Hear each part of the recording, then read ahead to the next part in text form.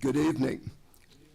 Welcome to the meeting of the Skokie Village Board for Monday, August the 19th, 2024. This evening, we will be led in the Pledge of Allegiance by our village clerk, Manal Desai. Please rise for the pledge. I pledge allegiance to the flag of the United States of America and to the republic for which it stands, one nation, under God, indivisible, with liberty and justice for all. The meeting will come to order, and the clerk will please call the roll. Trustee Sutker. Here. Trustee Robinson. Here. Trustee Kuhn. Here. Trustee Johnson. Here. Trustee Pierce-Lovan. Here. Trustee Klein. Here. Mayor Van Dusen. Here. Next item on the agenda is approval of the consent agenda for this evening's meeting. A motion is in order. Trustee Robinson, seconded by Trustee Sutker. Is there anything anybody wants taken off the consent agenda? Trustee Robinson. I was going to ask for A to be removed. Which please. one? A, Under which? number 11. Okay. Is there anything else anybody wishes to take? Call the roll, please. Trustee Sutker. Aye. Trustee Robinson. Aye. Trustee Kuhn. Aye. Trustee Johnson. Aye. Trustee Pierce-Lovan. Aye. Trustee Klein. Aye. Mayor Van Dusen. Aye, the motion passes. This evening, it's a pleasure to be able to introduce Ferdinand Soko, a member of the Board of Fire and Police Commissioners, who will do the honor of hiring in 4 new Skokie police officers. And before Ferdinand starts, I would like to introduce our Police Chief Barnes, and our Fire Chief Hofleck is with us as well this evening.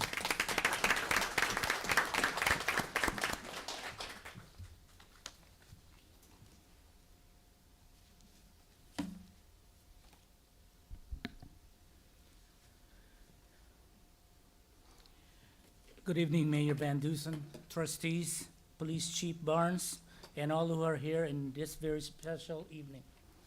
I would like to specially acknowledge the family and friends of tonight's appointees. This is a proud moment for all of you. I extend my congratulations to you and thank you for supporting your loved one during their journey leading to this moment. Tonight, we will swear in 4 newly appointed police officers. We must never forget that the men and women who serve as first responders deserve our admiration.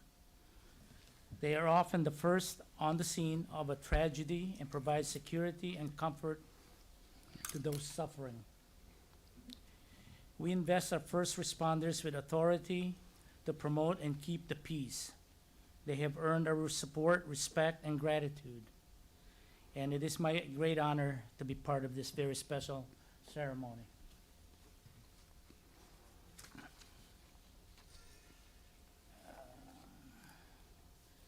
If I may call on Alexander.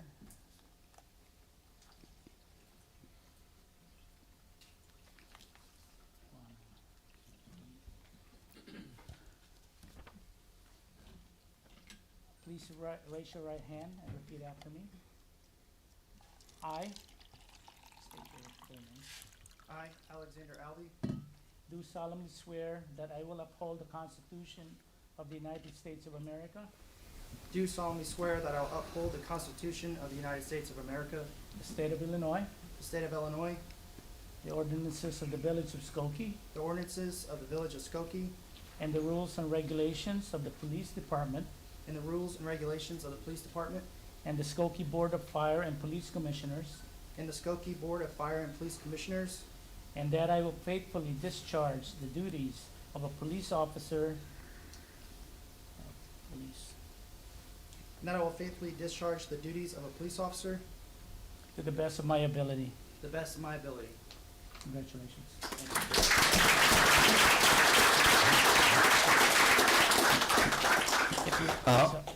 Officer Alvey, would you introduce your family and friends who have accompanied you? That's just me tonight, sir. Congratulations.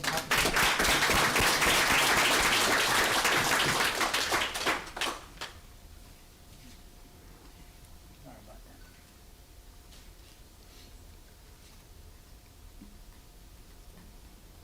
All right, congratulations, I do appreciate it. Okay.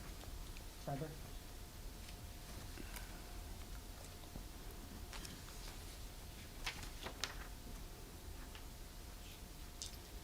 Please raise your right hand and repeat after me. I I, Trevor Johnson, do solemnly swear that I will uphold the Constitution of the United States of America, do solemnly swear that I will uphold the Constitution of the United States of America, the state of Illinois, the state of Illinois, the ordinances of the village of Skokie, the ordinances of the village of Skokie, and the rules and regulations of the police department, and the rules and regulations of the police department, and the Skokie Board of Fire and Police Commissioners, and the Skokie Board of Fire and Police Commissioners, and that I will faithfully discharge the duties of a police officer and that I will faithfully discharge the duties of a police officer to the best of my ability. to the best of my ability. Congratulations.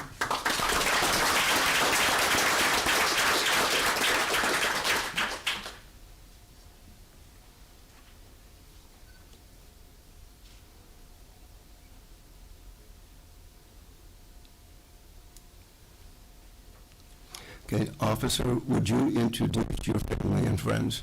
I'm here by myself as well, sir. Okay, welcome.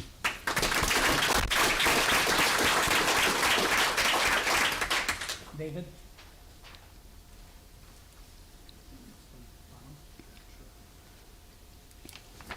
Please raise your right hand and repeat after me. I, state your name, I, David Hung, do solemnly swear that I will uphold the Constitution of the United States of America, do solemnly swear that I will uphold the Constitution of the United States of America, the state of Illinois, the state of Illinois, the ordinances of the village of Skokie, the ordinances of the village of Skokie, and the rules and regulations of the police department, and the rules and regulations of the police department, and the Skokie Board of Fire and Police Commissioners, and the Skokie Board of Fire and Police Commissioners, and that I will faithfully discharge the duties of a police officer and that I will faithfully discharge the duties of a police officer to the best of my ability. to the best of my ability. Congratulations.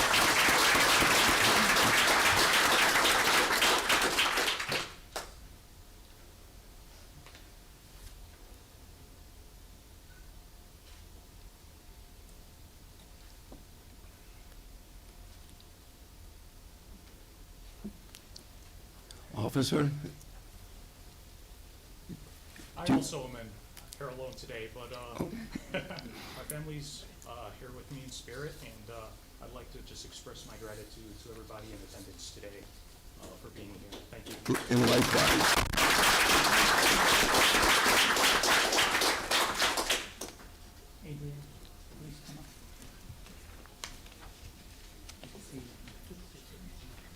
Please raise your right hand and repeat after me. I I, Adrian Almeida, do solemnly swear that I will uphold the Constitution of the United States of America, do solemnly swear that I will uphold the Constitution of the United States of America, the state of Illinois, the state of Illinois, the ordinances of the village of Skokie, the ordinances of the village of Skokie, and the rules and regulations of the police department, and the rules and regulations of the police department, and the Skokie Board of Fire and Police Commissioners, and the Skokie Board of Fire and Police Commissioners, and that I will faithfully discharge the duties of a police officer and that I will faithfully discharge the duties of a police officer to the best of my ability. to the best of my ability.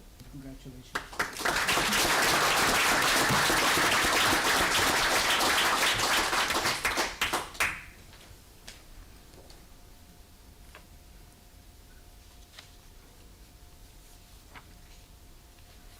Here you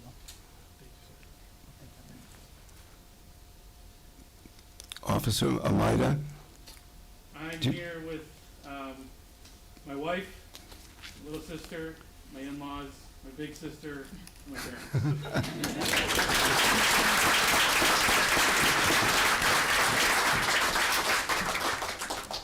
well, congratulations to all of our new officers. We welcome you to the best police force in the state of Illinois, and I dare say across the country. This community is very proud of our police department and our fire department. As the chairman said so well in the very beginning, you're the ones who keep the peace, and often it's you who run toward danger while the rest of us are running, trying to avoid the danger. And we're proud of the department. Every 3 years, we do an outside audit and have a company poll the residents of the village of Skokie and evaluate our departments. And the police and fire department are always in the 90th percentile. That's unheard of. And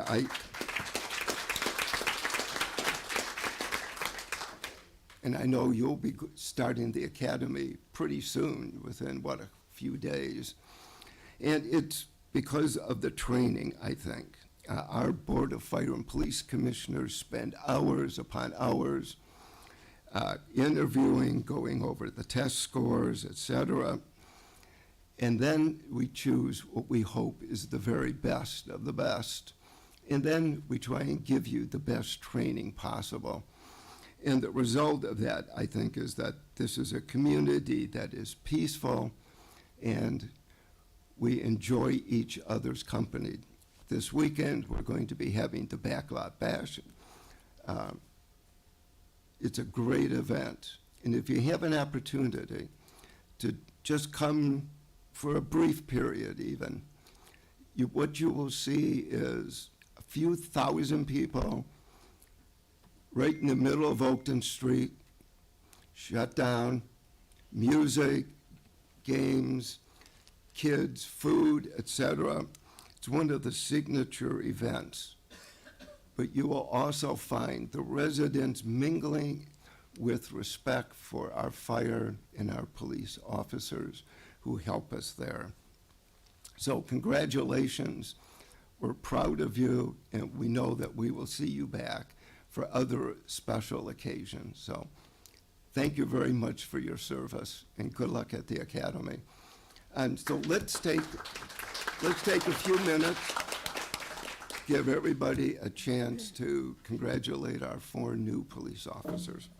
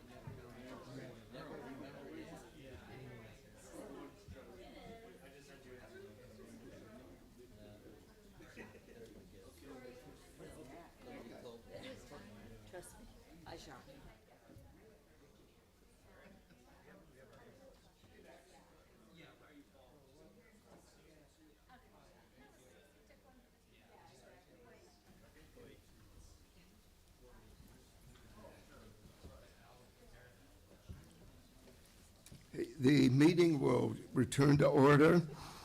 Next item on our agenda is report of our village manager, John Lockerbie. Thank you, Mayor Van Duzen and trustees, and good evening, everyone. Item A is regarding the extension of existing agreement for condominium, commercial, industrial, institutional, and multifamily solid waste services and single-family recycling collection. The village has 3 waste services agreements with Lakeshore Recycling Systems, commonly known as LRS. They include the condominium waste and recycling services, the commercial waste hauling franchise agreement, which provides services to the commercial, industrial, institutional, and multifamily community, and the single-family recycling. In analyzing the marketplace, economic conditions, and the potential for regulatory and operational change, the village staff has engaged in protracted discussions with the incumbent service provider, staff from the Solid Waste Agency, and neighboring partners. As a result, the village's best interests were served by negotiations of renewals to the existing service agreements with LRS. Staff has engaged in extensive discussions to achieve the best possible agreements and rates for these services. The condominium services agreement, the cost of which directly impacts the village's annual operating budget, will see cost escalation based only upon reasonable and capped CPI or consumer price index increases.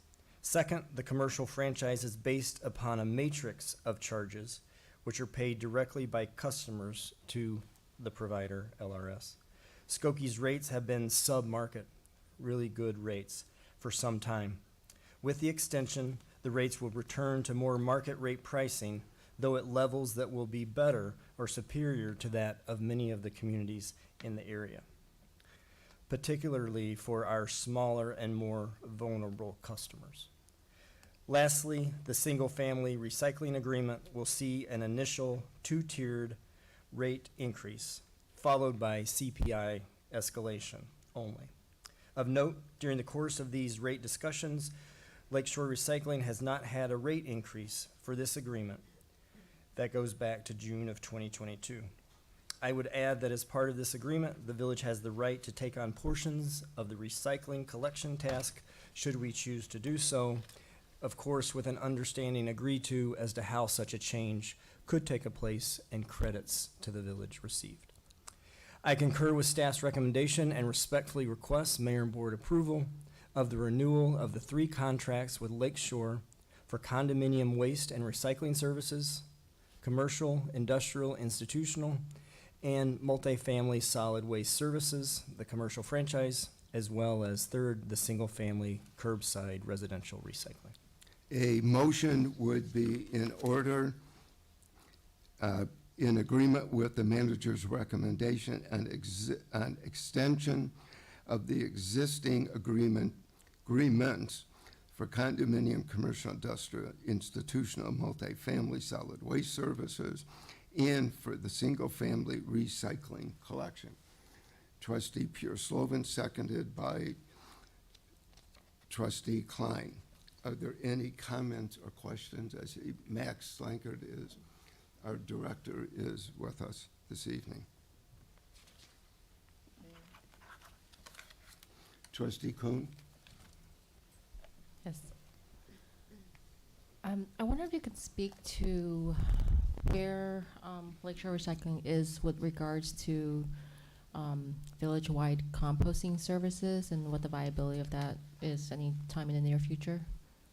Yeah, we are in the last year of our existing franchise arrangement with Collective Resource for the food scrap composting services, and so we will very shortly be releasing a new RFP for food scrap services that will take a couple of different approaches. One will be to look at establishing what is referred to as an open franchise to allow there to be competition for what you might know as the existing Orange Bucket program, but then also allow us to seek bids for the drop-off sites to have those hauled and processed by potentially different haulers in order to try and achieve some savings with that, try and scale that service slightly differently.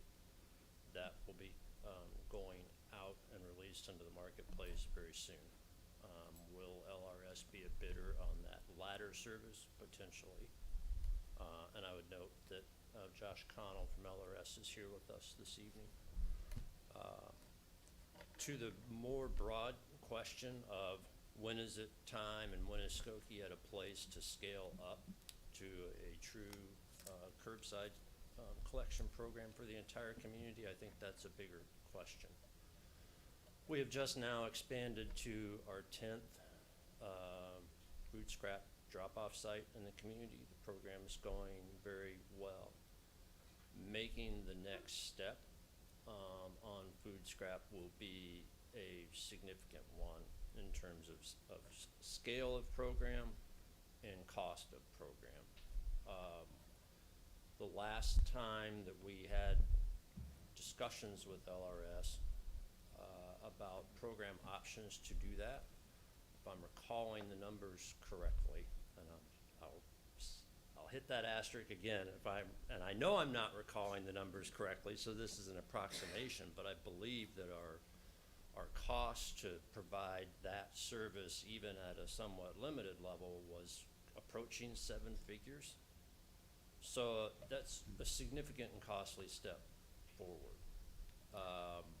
We think we might have other options to provide that service when and if we sense that we're at that point in time to provide it. But there's a significant capital cost to looking at really ramping up that type of service in terms of would we provide that service for all residents of the community or only those residents of the community who wish to participate in the program, and then toter expenses to get the community in a position to participate in that, and then it's allocation of capital resource for trucks or a truck. So there's a lot that goes into the pricing and costing of the service.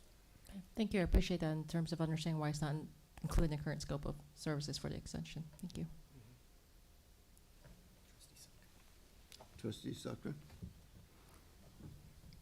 Max, can you just go over, I like to always use these opportunities to remind people about technology, recycling, and plastic bag recycling as it is now in our community, because there are places to take plastic bags and there's places to drop off technology, and I don't like that to get lost in the bigger conversation. So if you could just remind us of those places, of that opportunity, that would be great. Sure. There continues to be, I brought something to speak to that as I'm sitting here going through 3/4 of this stack of stuff that I brought. Maybe I'll get to it. Or not. For plastic recycling, the website that we tell everybody to reference is Trex, T-R-E-X, which lists the partners who are currently offering plastic recycling opportunities in their retail storefronts. We find that listing to be generally up to date, although not always 100%. But that's a pretty reliable source for who is offering plastic bag type recycling opportunities. The other thing that is out there, do you want to talk about it so I'm not the one who's talking about it? Sure. There's a program that is moving into this area and that we are hopeful that we may have the opportunity to participate in, that will impact some of the currently hard to recycle items. And I mentioned it in the memo that you have, but somebody told me, oh, you weren't supposed to talk about that. So I'm not going to talk about that, but I'm going to ask Josh to very quickly tell you about it, because he's not sworn to secrecy like I was supposed to be. Good evening. My name is Josh Connell, co-founder and current board director for LRS. Thank you, Mayor Van Dusen and council members for the opportunity to be here. I'm probably not supposed to talk about this either, but oh well. But we just entered into and they're not calling it a pilot program, but it's going to be a partnership with Hefty, which is owned by Reynolds. And this is really driven by Hefty. What they want to do, and they're doing this, I believe, in 4 to 6 markets throughout the United States, is develop a program where we can recycle all of these flexible plastic packaging. This would be your lunch bags, grocery bags, your chip bags, your cereal bags, the cardboard, the chipboard we could take, but then that plastic liner inside, all that flexible plastic material. So we're starting this in Southern Lake County right now in the next 2 months, so about 60 days. Consumers can go to the grocery store, purchase an orange Hefty bag. It does cost more as part of their program to manage their cost. And consumers then could put all of these plastics that we can't recycle in a traditional curbside program. They then tie it up, put it in the recycling cart, which we don't like the messaging, all of the groups that have kind of learned about this. But then on our pre-sort line at our recycling facility, we pull out the orange bag, bale those when we have enough of them, and then send it to Hefty. And then they would then turn this into, from what I understand, they're going to be turned into park benches and kind of close the loop on some of this plastic recycling that's very tough for us to recycle right now. I hope that helps. And I do see it coming to northern Cook County in the next phase. Obviously, we're the only waste hauler that's partnering with Hefty locally, so our communities have access to this. And if this is something that is desired by Skokie, it's something maybe we can, at least convince Hefty to roll this down further into the Chicago market from Southern Lake County.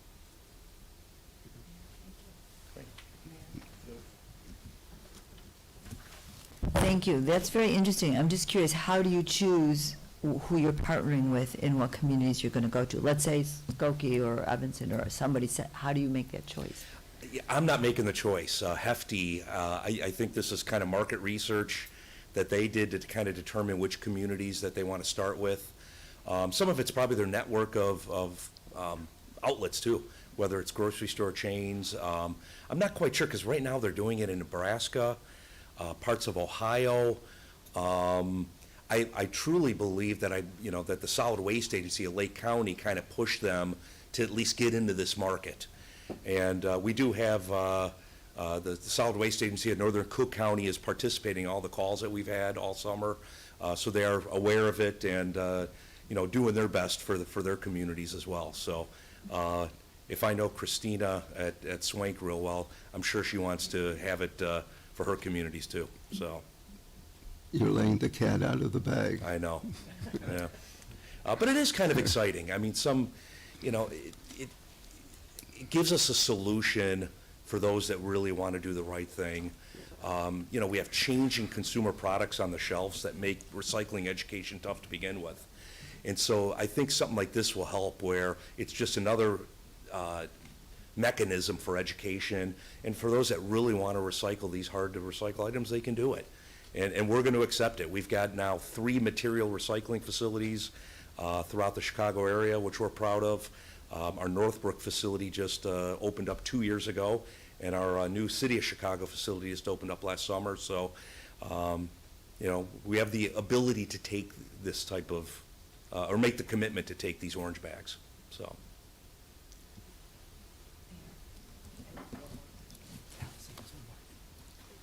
Allison? For Max, please. Thank you. Didn't mean to point, I apologize. As we are seeing an increase in people who are utilizing the composting, is there a noticeable difference in a decrease in trash in the village, or are we not at that point yet that you can make that determination? We did see a downturn in tonnage last year, for sure. Tonnage continues to be down, generally speaking. But again, that's tonnage figures through July, so it's been 15 months under the once per week collection system. So the figures still are down sort of compared to their historical levels, but again, I would always caution people that refuse tonnages ebb and flow at times in relation to the economy and all sorts of other circumstances. But yes, they continue to be down.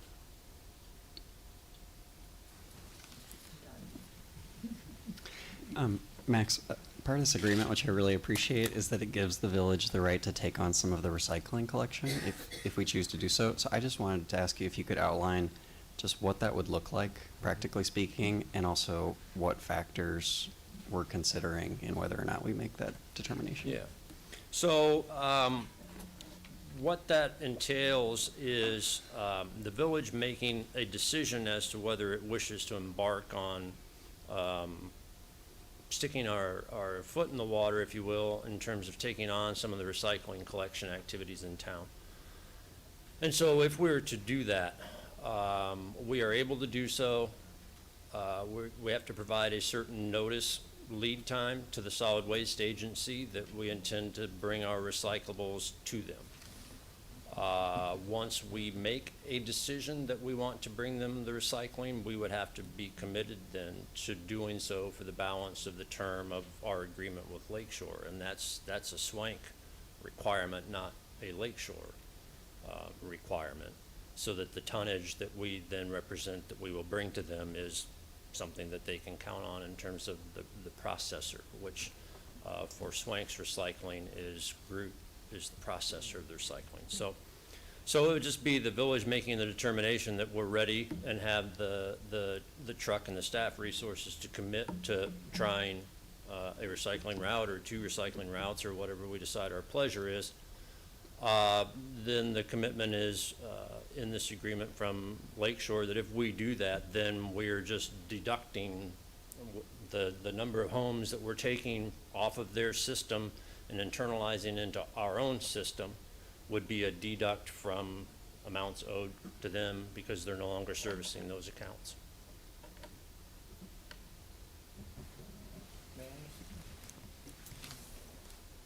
I just have one question for both you gentlemen. What product or products cause you the most work, the most money, the most labor? And what products, if you could eliminate with a magic wand, what would they be?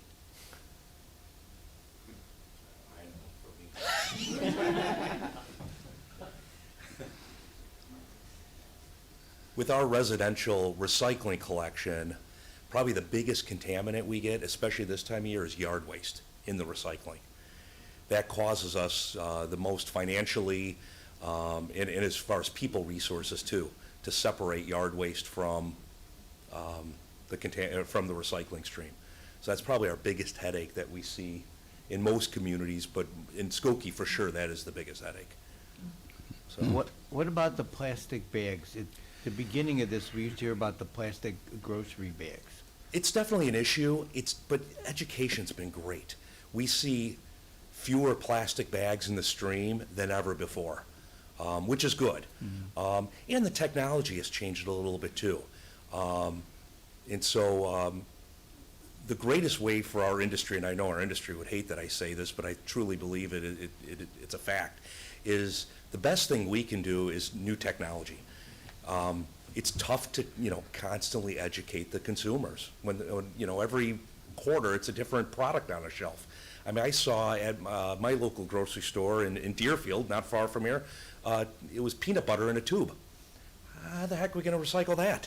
And you've got these marketing engines working for Procter & Gamble and all the other bottlers and manufacturers, and it's constantly changing items. And so it's really tough. So that's where technology is great.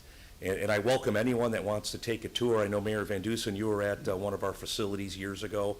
We're constantly reinvesting in our facilities with robotics, optic sorters, and fewer labor, fewer people. The people we have there are now on quality control.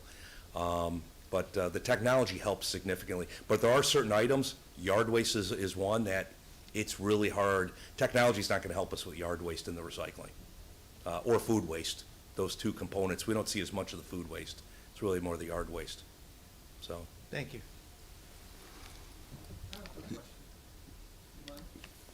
hold on. If you want to ask a question, go to the microphone, please.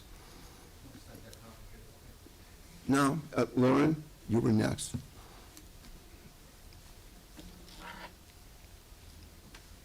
I'll make this two parts and take a break and switch off with this man.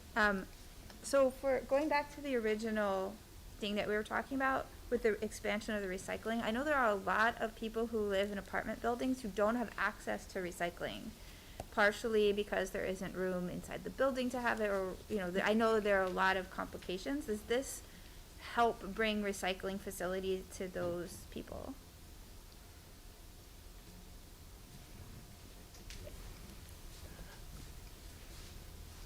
That's a observation that's been made. Under the condo services agreement, village pays for those services, so condominium buildings that wish to recycle can recycle by calling LRS and saying, I want to recycle, and then the village will get the bill. There are certain logistic challenges with some buildings. I think probably the bigger issue that Lauren's probably touching on, and probably sees and hears of, is the apartment building, which is a commercial property, and if the landlord doesn't wish to provide recycling services to the tenants, then lacking some other lever on our part to encourage a landlord to do so, it's difficult for us to advance the ball on that, at least at this time. It certainly is a goal under the environmental plan to encourage and try and incentivize and explore other methods to increase recycling in that area.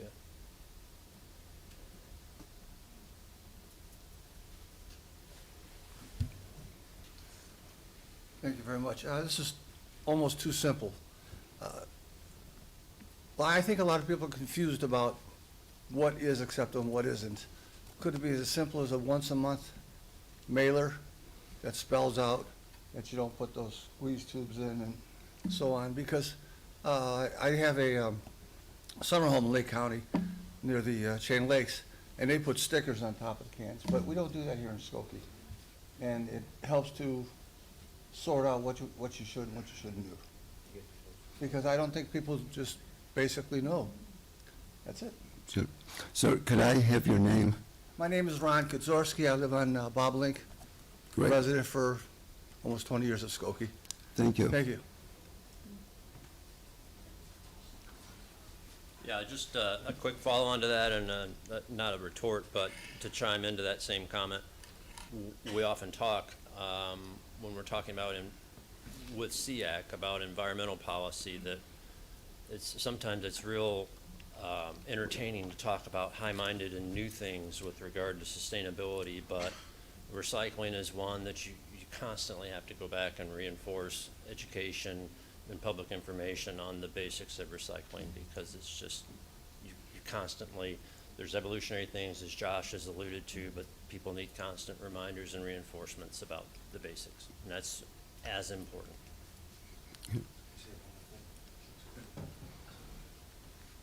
One more thing to add, because we just added this to our website this year. We have some educational tools for teachers. And so this actually started because my sister-in-law has been a teacher here in Skokie for 25 years now. I'm really dating her. She's at Jane Stenson, and my wife started at Jane Stenson as well. Not that that's relevant to this, but we really worked on curriculum. So we've got on our website curriculum for teachers, and I think it's like first grade through fourth grade, and then fifth grade through eighth grade, and then high school students. And we thought, because again, we're the professionals with recycling.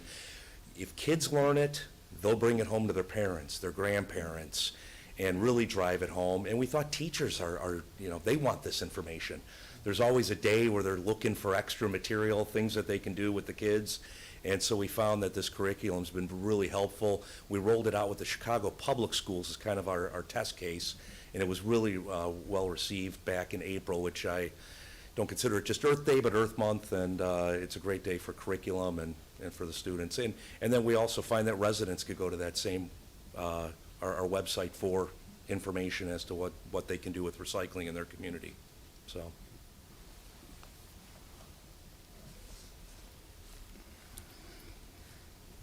My second part of the comment is about those orange hefty bags that Josh mentioned. And he referred to it as closing the loop, but you're not closing anything by doing that and turning them into park benches. When it rains, when wind abrades them, you're making microplastics that are going into the system, and now it's just there forever because it's really hard to get those things out of the water. And it gives people a false sense of, oh, okay, well, I did my part. And this is all part of this sick corporations putting the cost onto the consumers and all the work put onto the consumers. Like they should just stop making these things, or they can make them compostable and then they won't be in a system forever. Doritos used to make compostable chip bags and they stopped doing it because people wanted to eat out of the bag and they were complaining that it crinkled too much. So put it in a bowl, right? So I urge you not to adopt that curbside collection of the plastic film. Thank you. Any other comments or questions? If not, call the roll, please. Trustee Sudker? Aye. Trustee Robinson? Aye. Trustee Kuhn? Aye. Trustee Johnson? Aye. Trustee Pierce-Lovan? Aye. Trustee Klein? Aye. Mayor Van Dusen? Aye, the motion passes. Item B is regarding an upgrade in traffic control from yield sign to two-way stop sign control for Central Park Avenue and the Greenwood Street intersection, as well as the Lake Street and Forest View Road intersection. In order to assess safety, traffic controls were reviewed by our engineering staff at the intersections that I just mentioned. These intersections are in a residential area and are controlled with yield signs. After a review of crash history, it was determined that an upgrade to two-way stop sign controls will enhance safety and add to traffic calming in the area. I concur with the Traffic Engineering Division and respectfully request Mayor and Board approval to authorize Corporation Council to draft the enabling ordinance. A motion on the traffic control recommendation is in order. Trustee Kuhn, seconded by Trustee Robinson. Are there any comments or questions? Trustee Sucker. I just wanted to know what the catalyst was for these two are in the same area, pretty close to where I live, but Sure. was wondering. Sure. Samantha Maximilian is our senior engineer, and she's stepping to the podium to provide that information. Good evening. So, we get concerns through residents via letters, and when we receive those, that usually kicks off a traffic engineering study. So for those two intersections, the one actually, I think is Central Park and Greenwood. That one, we initiated a traffic study, and when we do a traffic study, we look at the surrounding intersections, and we notice the other intersection was the last other intersection in that neighborhood that really only had yield signs. So with reviewing crash history, sight distance, and the characteristics of the neighborhood, we determined that upgrading those two intersections to stop signs instead of yield signs would overall improve the safety of that neighborhood.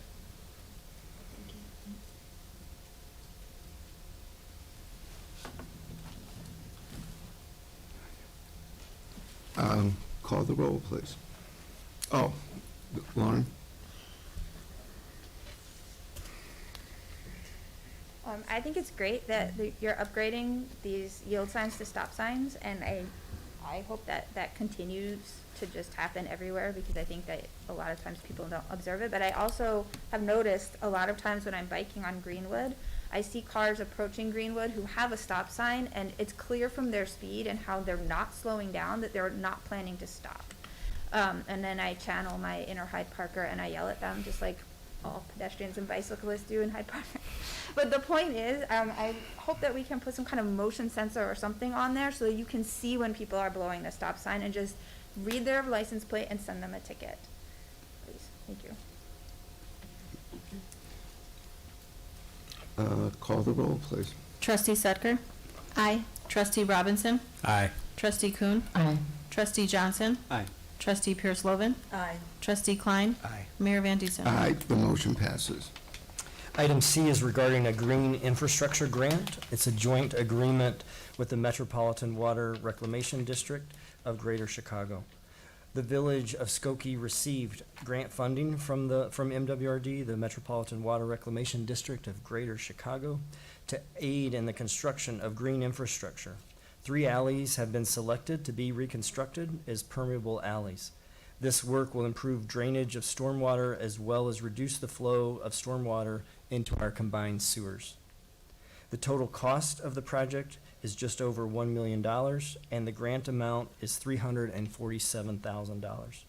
At this time, the execution of a grant agreement with MWRD is necessary.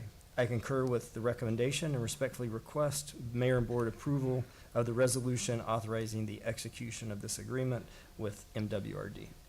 A motion on the joint agreement with MWRD on green infrastructure grant is Trustee Pure-Slovan, seconded by Trustee Johnson. Are there any comments or questions? Being none, call the roll. Trustee Sucker? Aye. Trustee Robinson? Aye. Trustee Kuhn? Aye. Trustee Johnson? Aye. Trustee Pure-Slovan? Aye. Trustee Klein? Aye. Mayor Van Dusen? Aye, the motion passes. Items D, E, F, and G were approved as part of tonight's consent agenda, and that completes my report this evening. Thank you. Next item on the agenda is report of the Corporation Counsel's Office. This evening, Barbara Mangler. Good evening. Item A was taken off. Good evening, Mayor and everybody. Yes, item A was taken off the consent agenda. Item A is up for second reading tonight. The first reading was up on July 15th of this year. This ordinance will amend Chapter 2, Article 7 of the Skokie Village Code by codifying the Plan Commission Subcommittee on Housing.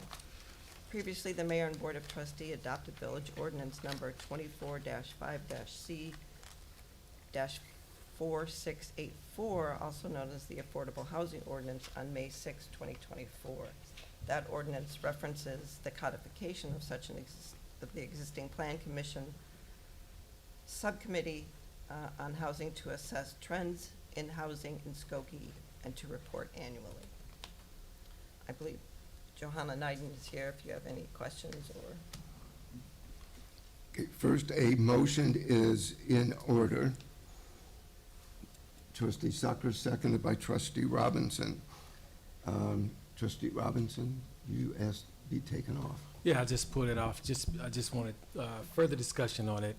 One of the things that I always really considered was a standalone housing committee, just to kind of support and make recommendations to the board. Folks who were really in the weeds of housing and all the specific details, as a recommendation. I know it's a planning subcommission, which is great. You know, again, happy to have that for now. But I'm hoping that, you know, in the future, that this can develop into a standalone commission. I just wanted to go on the record. Sure.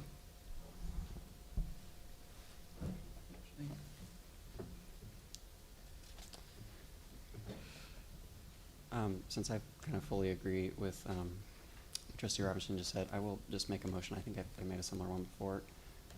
But I move that we table this and bring this back with a revised plan to have an independent housing commission as opposed to a subcommittee of the Plan Commission.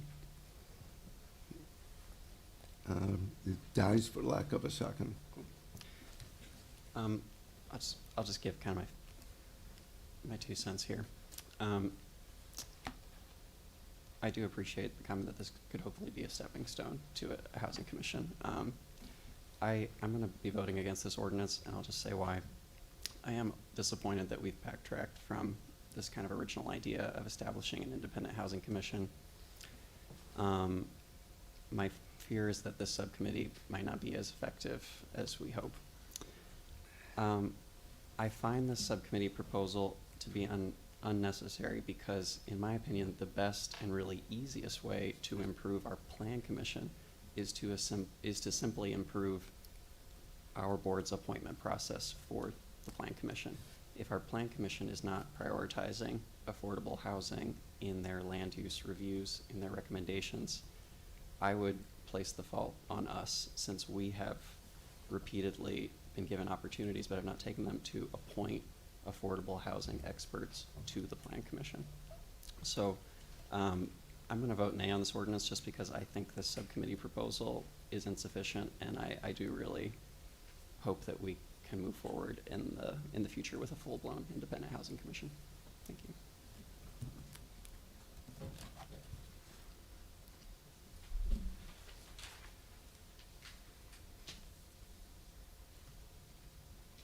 I don't know how to make you see all that.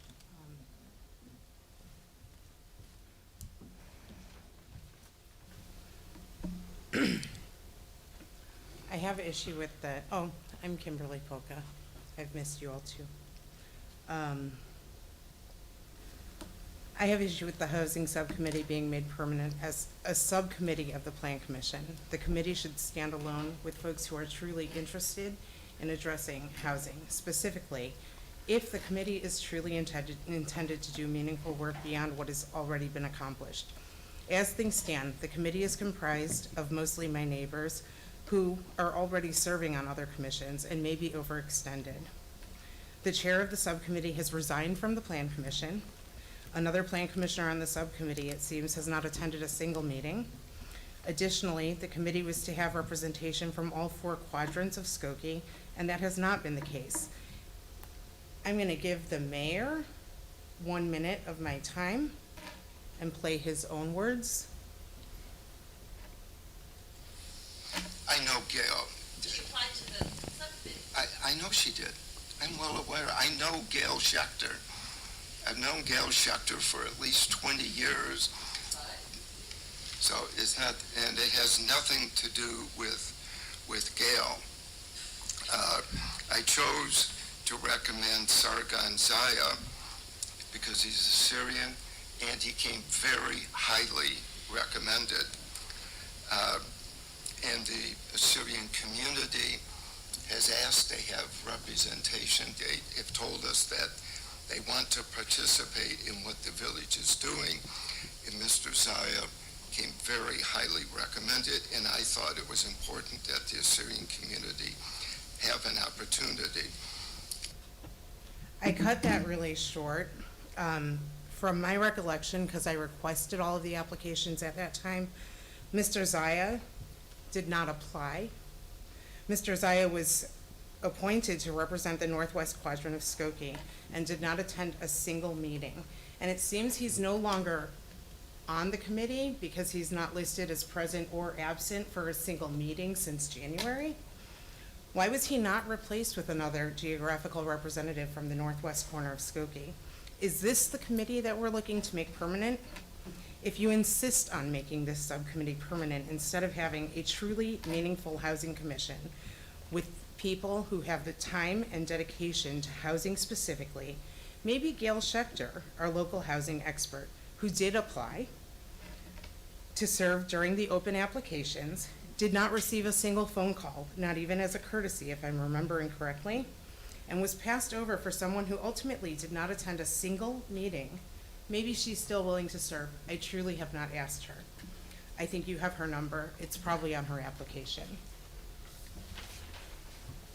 Thank you. Are there any other comments or questions? If not, call the roll, please. Trustee Sutker? Aye. Trustee Robinson? Aye. Trustee Kuhn? Aye. Trustee Johnson? I'm going to vote nay. Trustee Pierce-Lovan? Aye. Trustee Klein? Mayor Van Dusen? Aye, the motion passes. Item B was previously adopted with tonight's consent agenda. Item C is an ordinance. This is our routine backlot bash ordinance. This ordinance will grant temporary relief to Chapter 10, Section 10-10 of the Skokie Village Code pertaining to the possession and consumption of alcoholic liquor on village-owned property. As we all know, at the end of the week, on the 23rd, 24th, and 25th, we're going to have Skokie's, I think it's the 17th annual Backlot Bash.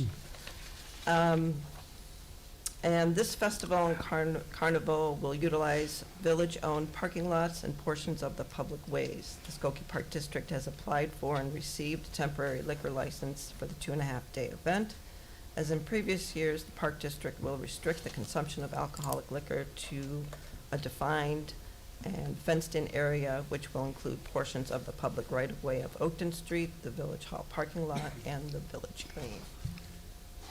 A motion on the backlot bash ordinance granting relief from Chapter 10, Section 10-10 of the Skokie Village Code for the temporary sale of liquor at the backlot bash is in order. Trustee Sucker, seconded by Trustee Kuhn. Are there any comments or questions? Being none, call the roll, please. Trustee Sucker? Aye. Trustee Robinson? Aye. Trustee Kuhn? Aye. Trustee Johnson? Aye. Trustee Purslovan? Aye. Trustee Klein? Aye. Mayor Van Dusen? Aye, the motion passes. And that completes my report. Thank you. Thank you. Next item on the agenda is public comment. Before, I just want an item under new business, if possible. And sorry, so during new business, I had not been planning on making this request till recently. This is an agenda item request. It concerns backyard chickens. Over the weekend, a resident called me and said that a Skokie police officer had come to their home and told them that they needed to immediately get rid of 5 chickens that they've been keeping for years in a backyard chicken coop without any issues. And so that's what inspired me to bring this up. My agenda item request is that sometime in the near future, it's not urgent, but sometime in maybe the next 3 months between now and our second meeting in November, that we can schedule a board discussion under new business to see whether there is board interest in permitting and regulating backyard chickens in Skokie. They are already allowed in Chicago and in Evanston and many other Illinois communities. Personally, I think allowing them in Skokie would be very in line with our sustainability plan chapter concerning local food, concerning urban agriculture. So that's I'm just making that agenda item request, and I look forward to this discussion sometime in the months to come. Thank you. Will do. I have something on the new business that you forgot to mention that's very important. That Sunday is the annual Rotary Pancake Breakfast from 8 o'clock to 11 at the Backlot Bash. And all proceeds go to local charities, so please be there. And tickets are on sale at the door. I knew you forgot to mention that. Well, actually, I was going to do it under public comment, so thank you. You beat me to the punch. Are there any public comment? Anybody wishing to address the board? Yes? Trustee Kuhn. Oh, I'm sorry. Trustee Kuhn. Yeah, I just wanted to acknowledge that given the diversity of our community, it's no surprise that many of us also have to juggle making decisions about holidays and when to take those holidays when it's not something that's recognized. And today is a holiday for the Hindu community in terms of celebrating siblings. And I know this is an important day for our clerk, Trustee Manal, who I know family is very important for you. And it was a difficult decision for you to make time to be here with us at our village board meeting today. But also just an acknowledgement of just the diversity within our community as well, because I know that's coming up even with Human Relations Commission, where, oftentimes we have to speak up. Otherwise, people don't know that we do have holidays in our own communities are often not known or recognized. Sure. Duly noted. Thank you. Yes, sir. My name's Mark Erickson. I live at 4342 Bobolink in Skokie. I've lived there for 20 years. I've been a homeowner in Skokie for 27 years. Never in my life have I seen such a rat explosion. It's just completely out of control. I think there's a strong correlation between the fact that the golf course, Evanston Country Club is under construction. That started in 2024. And this is the first time I've seen rats all over the place in my neighborhood. I've talked to my neighbors. They're livid. My wife is livid. Another correlation is trash pickup only once a week. That started in 2024. The village was out at my house at my request. However, after I gave them written permission to enter my property using the Skokie form, it took them 2 months to come to my house. Filled out the form, called, went on vacation, came back, called again. My neighbor asked for a larger trash bin because it's a multi-generational house.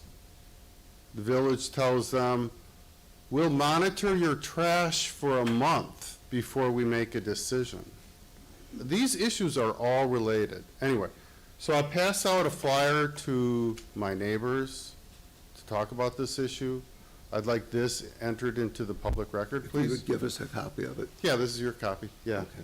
And then when I was handing these out and talking to people, one woman told me, oh, there's a, I'm not on Facebook and I'm not female. She says, there's a Skokie female Facebook group and they're complaining about rats all the time. And so I've been talking to these people, and then I talked to another couple, just a couple houses away. They tell me, well, the village was out and they cited 4406 Main Street, multiple citations. They've got an above-ground pool that hasn't been used in probably 20 years. You got standing water. You can see the rats from the kitchen going underneath the pool. The backyard is in complete disarray. Multiple citations, an abandoned vehicle in the driveway in the front, that's 4406 Main Street. So there needs to be enforcement. I know my 3 minutes is up, right? That's all I get, That's 3 okay. minutes? That's okay. Okay. So, I mean, there's correlations. The golf course construction, going down to trash pickup once a week. I don't think the village is taking this issue seriously. When I see my neighbor's trash in the street Monday night before and we just saw it again tonight, my wife took a picture. It's laying on the ground. Trash pickup doesn't come tomorrow. Part of my letter says, please put your trash in your garage, or if you have too much for your bin, at least put your trash at the street Tuesday morning. I don't, that's just common sense from my perspective and respect for my neighbors. But I just don't think that the village is taking this issue seriously. Thank you. Thank you. Would you, if you don't mind, would you give your phone number to, thank you.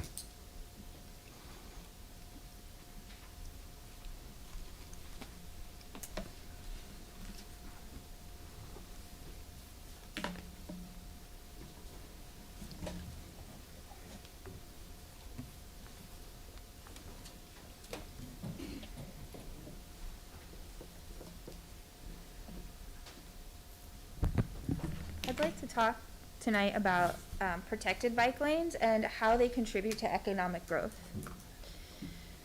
There's this idea that putting out more car lanes just alleviates congestion, but it's actually the opposite, that if you have more space for cars, then more cars will come. And then more congestion leads to frustrated drivers, increased aggression, driving road rage, or and frustrated parents who now are going to go get their kids and they don't have the emotional energy to like greet them as well as they could if they weren't so frustrated from all the traffic. Bike lanes, on the other hand, encourage cycling. And every person who's taking a bike, that's a car that's off the road. So now you've got less congestion.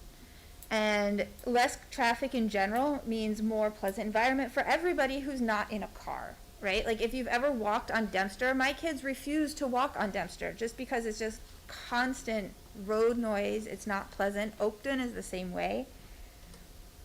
Protected bike lanes actually encourage cycling even more than unprotected bike lanes They are safer for cyclists. Cyclists will go out of their way to use a protected bike lane. When the cyclist feels safer, they're more likely to cycle instead of drive, and again, that reduces the congestion even further, including all of the air pollution, not only mitigating climate change, but the immediate effects of air pollution that we all know are there.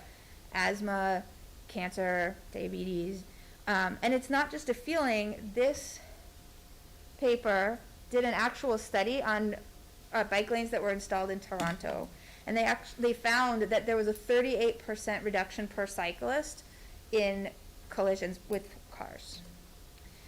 So here's what this has to do with the economy. It boosts property values, protected bike lanes. It helps recruit talented workers for companies. The workers are healthier and more productive, and it increases retail visibility and sales volume. And I'd like to go through all of these if I have time.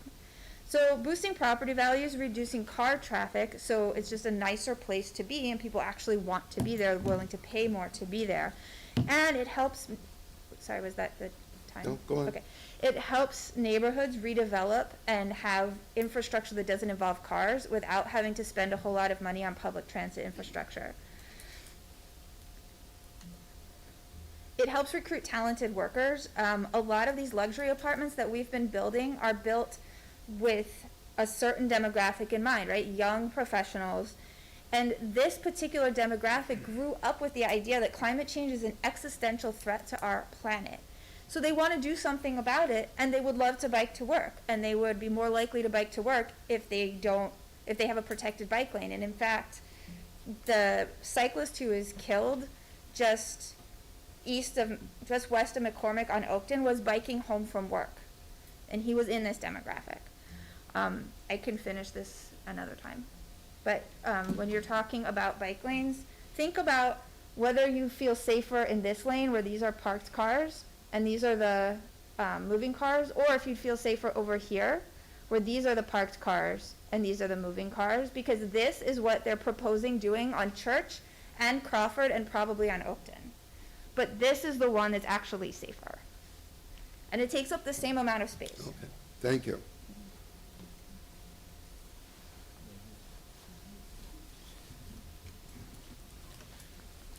I wasn't sure if you were gonna, no, I wasn't sure if you were gonna speak, so I wasn't ignoring you. Oh, I know. Oh, okay. I'm fine. I was gathering my thoughts anyway. No, that's My name is Patty Erickson. You heard from my husband, Mark. I live at 4342 Bobolink. But before I get started, I would like to personally invite all of you to take a walk around our block from starting at Bobolink and Costner, all the way down, up around Lee, and back around between the times of 6 o'clock and 8 p.m. Okay? Give her your, Take a walk around the give block Miss when Luke it's, your phone number, and yeah, I'll arrange it. when it's not raining, and you'll see all the rats, 'cause there's lots of them. So I did a little bit of investigation. I thought, what's the biggest city in America that has a rat problem? Not Skokie, not Chicago, it's New York City. What are they doing? Got up some great ideas, which I'm gonna propose. Not gonna ask if you guys are doing it, but I am gonna propose it. And the first one, which I think is really, really important, is the responsibility and accountability for large construction projects. In New York City, if you do a large construction project, you are required by law to have an exterminator on site all the time. Because when you tear up a building, guess what? Rats scatter. This house on Main Street, 4406, when they clean up their yard, guess what's gonna happen? All those rats are gonna run all over the place. So that's a law that they have in New York City.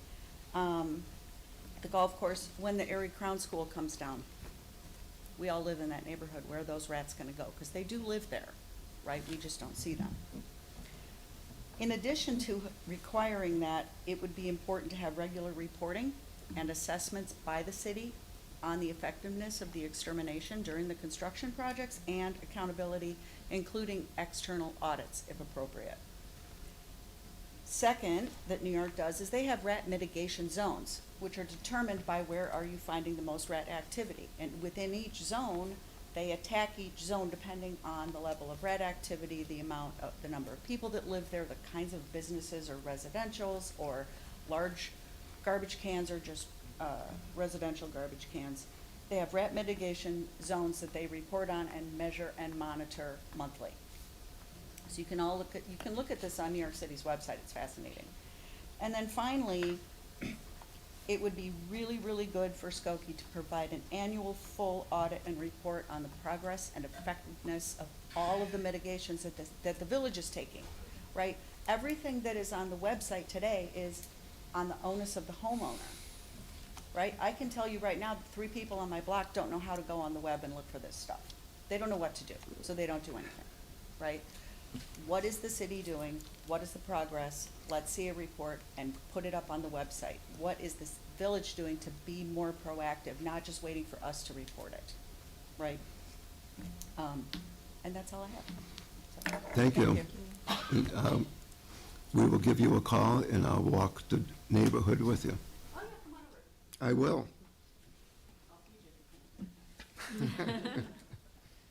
Thank you.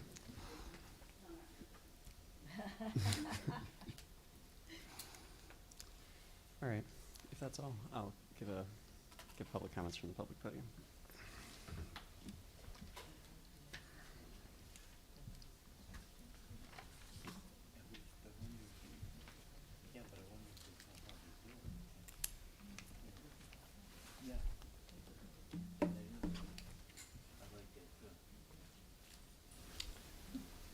All right.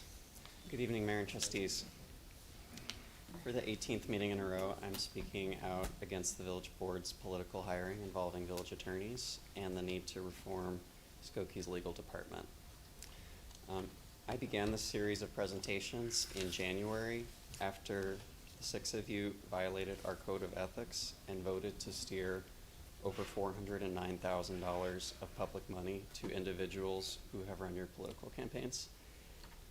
2 weeks ago at our last meeting, the 6 of you doubled down and did this again. You violated our code of ethics and voted to steer another $421,000 of public money to individuals who have run your political campaigns. Our code of ethics requires, not recommends, requires that you recuse yourselves from any vote if you have a personal conflict of interest, and all of you have significant personal, financial, and political relationships with at least 2 of the village attorneys that you keep voting to publicly employ and compensate. In addition, kind of on the flip side, our code of ethics also requires that our village attorneys refrain from providing you with any private services that are incompatible with their public duties to you, but you have been allowing and encouraging them to violate this provision for many years. My impression is that the board does not currently have the will to reform Skokie's legal department, but despite this, I am going to continue this series of presentations until our department is reformed. And to just be really clear about what I'm doing, I'm speaking as a form of advocacy, but I am also doing this very deliberately as a form of public protest. And I am intentionally speaking from the public podium during public comments to protect myself through the provisions of the Illinois Open Meetings Act and hopefully prevent the 6 of you from attempting to censor me, as has been suggested in the past. So that's all from me tonight. At the next meeting, I'll continue. I'm going to talk about, at the next meeting, about the historical, what I would call a revolving door between Skokie's village board and Skokie's legal department, about how village trustees have been appointed as village attorneys and vice versa. Thank you. Trustee Kuhn. Can I just say for the record that I am very confused by the constant allegations of our violation of the Code of Ethics. I don't believe that this is the place to litigate that, and for that reason I do not respond to it, but for the record, I do not understand it.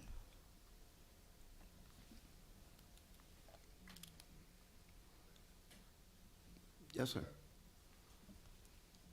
I came here only to talk about rats, so I know nothing about what just occurred here. Litigation, he's just voicing an opinion. There's no litigation.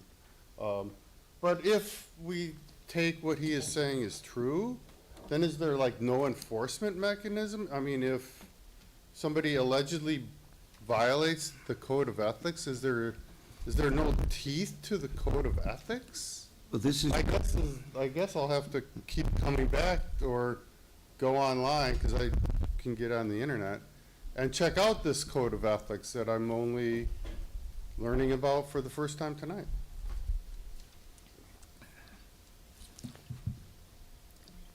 Trustee Zuckner. I move we adjourn. We are adjourned.